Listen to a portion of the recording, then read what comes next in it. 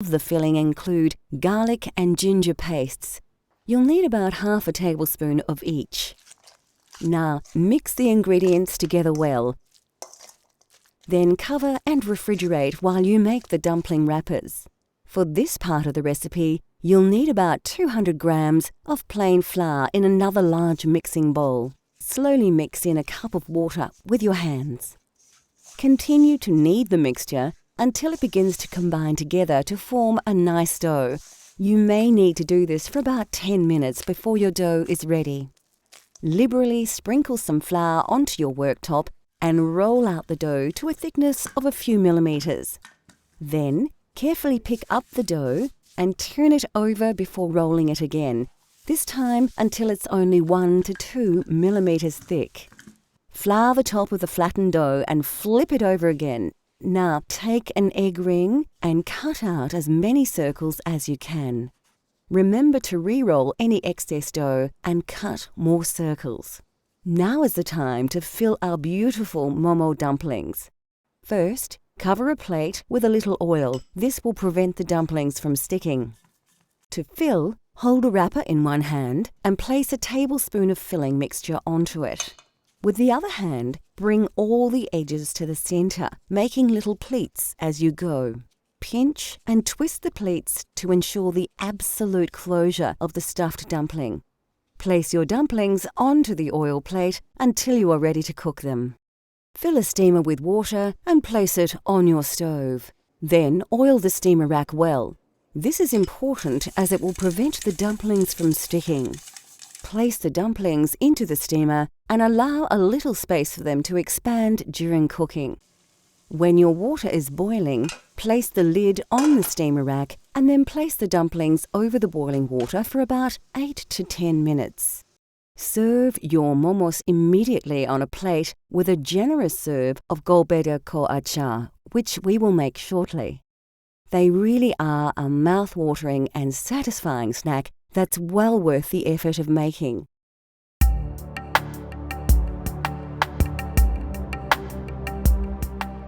Nepalese cuisine is famous for achar, a vegetable or fruit pickle made from lemon juice, salt, and numerous spices.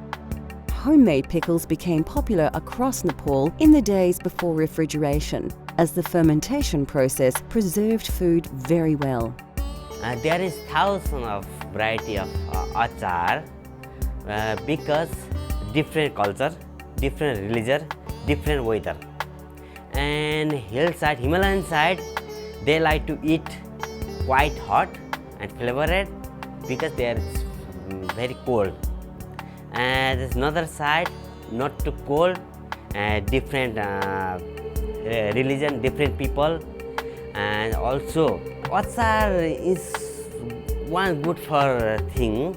In countryside, even countryside, don't have refrigerator, fridge. In city side, like 20 years, 50 years ago, they don't have fridge, anything. That's why they put some spice and then keep 2-3 days, doesn't go off. That's why they started from that achar is spicy. Now everyone used to eat, used to like. That's why more popular.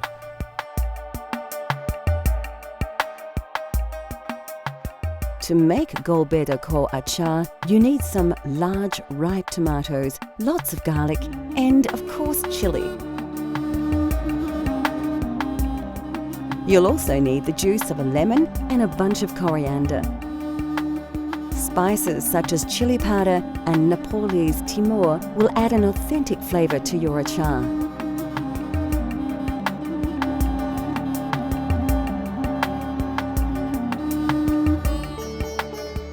The first thing you'll need to do is slice a number of fine, ripe tomatoes in half and put them aside for later. You'll need to slice about 4 tomatoes in total.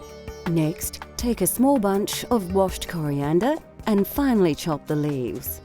Place the herbs into a small bowl. Pick up a long green chili, remove its stalk, and then chop it into sections of about 1 centimetre. Add the chili, including the seeds, to another bowl. Now grab about 4 or 5 peeled cloves of garlic and roughly chop them into pieces. Place to one side. Now you are ready to start the cooking process. Heat a frying pan with some oil to a moderate heat and add the tomato halves one by one.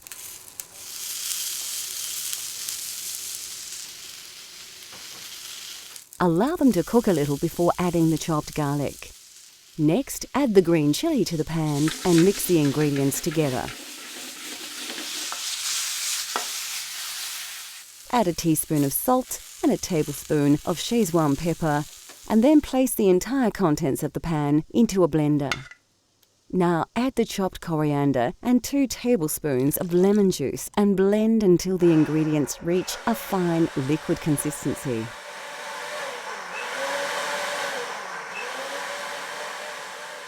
And that's it. A simple but very versatile tomato relish that is the taste of Nepal. It is best stored in an airtight container and served with any number of dishes as a tasty condiment. Coming up on Cultural Flavours, we discover the dish of the Nepali nation.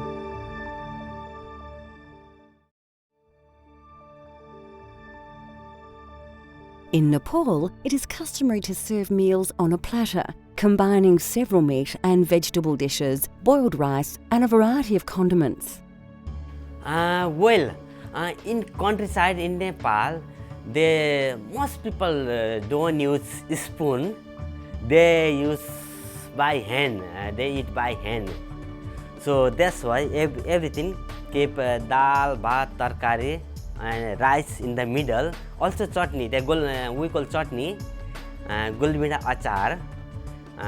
In Hindi call chutney. We call gulmida achar, and tomato pickle actually, and it's yogurt, something like that. And everything on the plate. Then that's why look nice. So don't need to different curry bowl. A wonderful and extremely popular example of this is dal bhat masu, which literally means dal, rice and meat with gravy. As in India, lentils are an important staple of Nepalese cuisine, and they are commonly used across every region of Nepal. By far, the most popular dish is dal, a spicy soup made from black urad dal, tomatoes, garlic and a variety of ground and dried spices. Bhat, or rice, usually plays a central role in these platters, and it will always be surrounded by a number of other dishes that are served in small separate bowls. Basmati rice is common to the region and noted for its delicate fragrance and flavour. Our dal bhat masu features kukura ko masu, a simple chicken curry prepared with tomato, garlic and ginger. A common alternative to masu is takari, a curry made simply with vegetables. An important ingredient in this, and nearly all Nepalese curries, is a dried herb called jimbu. Used extensively across Nepal for its unique taste, which is similar to onions or chives, it is also said to have exceptional medicinal properties. We'll show you how to prepare this delicious curry later in the show. Vegetable dishes are extremely popular and vary across the country. A delicious dish we shall prepare later is saag, a simple stir-fry featuring mustard leaves, chilli and several Nepalese spices. Of course, the most quintessential Nepalese side dish of all would have to be achar. Made from numerous fresh ingredients, the variety of achars is staggering, and it is said that they number in the thousands. This is Golbeda ko achar, a spicy tomato relish that is added to platters and, of course, used as a dipping sauce for Nepalese dumplings.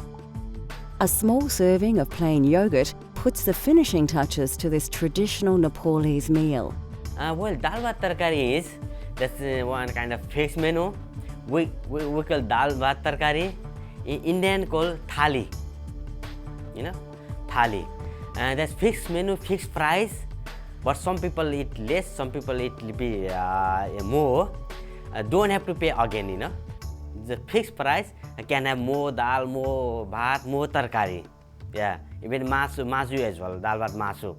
Not limited thing. That's why many different tastes, same price, So that's why people people like to eat that one. Many tourists also eat there. I can see there. Everyone asking, okay, I like to try dal bhat tarkari today. I like to try dal bhat tarkari tonight. Yeah, that's why I think. Yeah.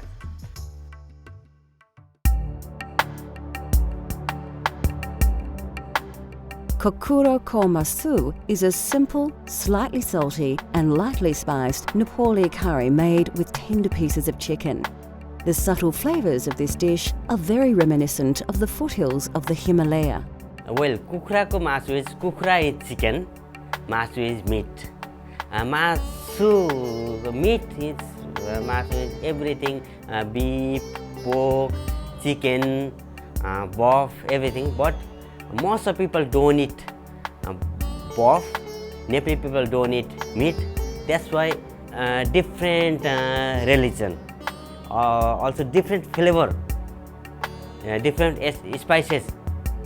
That's why people make and people eat different. Even in Kathmandu, Nepali people, they make a meat achar, meat pickle.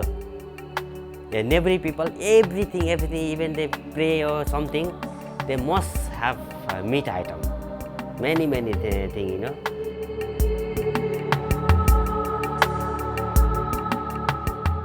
To try this delicious curry at home, you need a few common ingredients as well as a range of dried spices. We're using about 200 grams of chicken breast, which we've already diced into bite-sized pieces.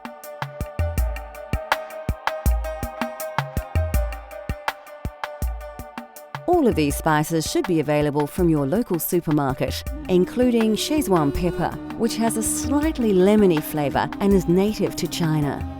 Of course, we're using mustard oil to give a truly authentic Nepali taste.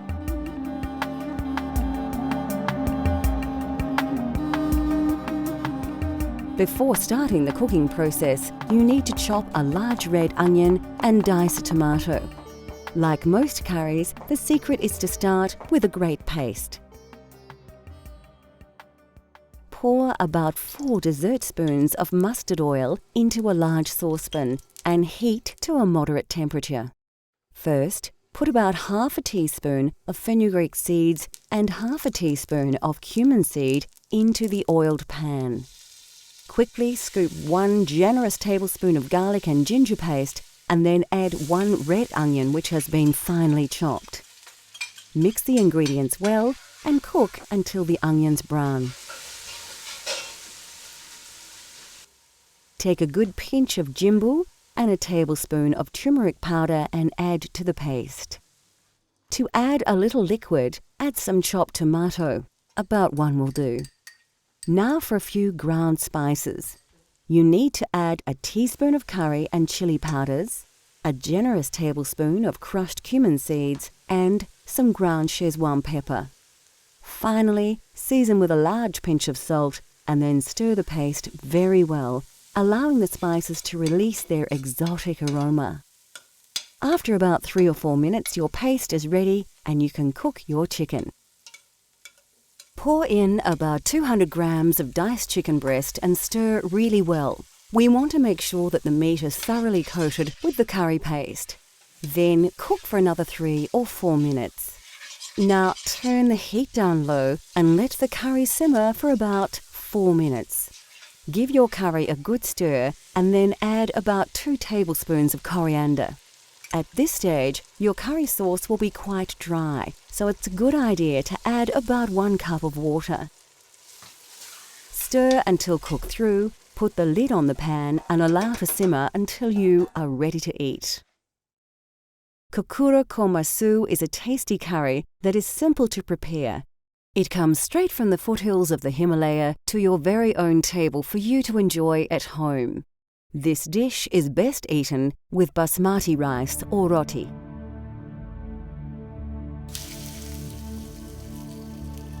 Next on Cultural Flavours, a tasty leafy dish that truly tastes of Nepal.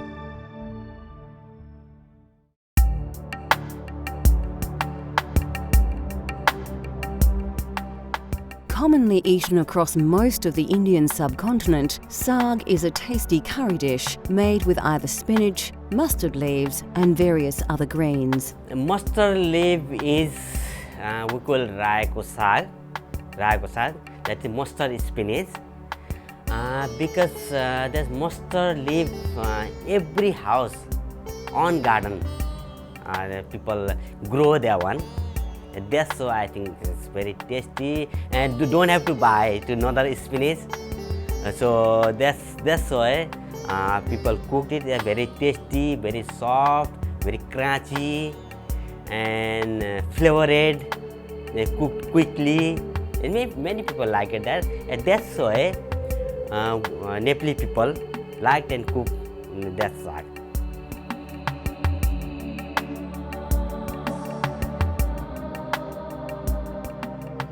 Today we will prepare an authentic Nepalese sag using fresh mustard leaves. These can be found in most Asian supermarkets, as can ghee, commonly known as clarified butter, and mustard oil, which has a hot, nutty flavour.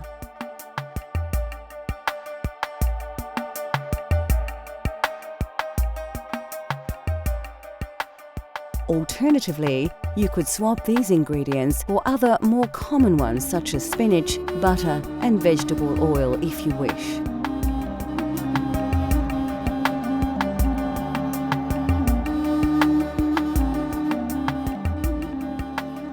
First, we need to prepare the ingredients. Grab a bunch of washed mustard leaves and roughly chop them, including the stalks and leaves as you chop.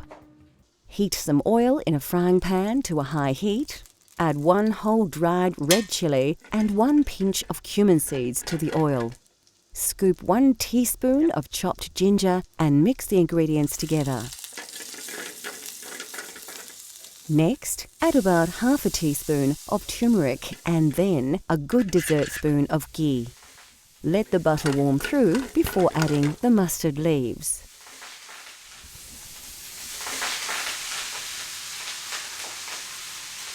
Liberally season with salt before giving all the ingredients a thorough stir through to ensure that all the greens are generously coated with flavour. So there you have it, sag made with mustard leaves, a fresh and very tasty accompaniment to any main meal.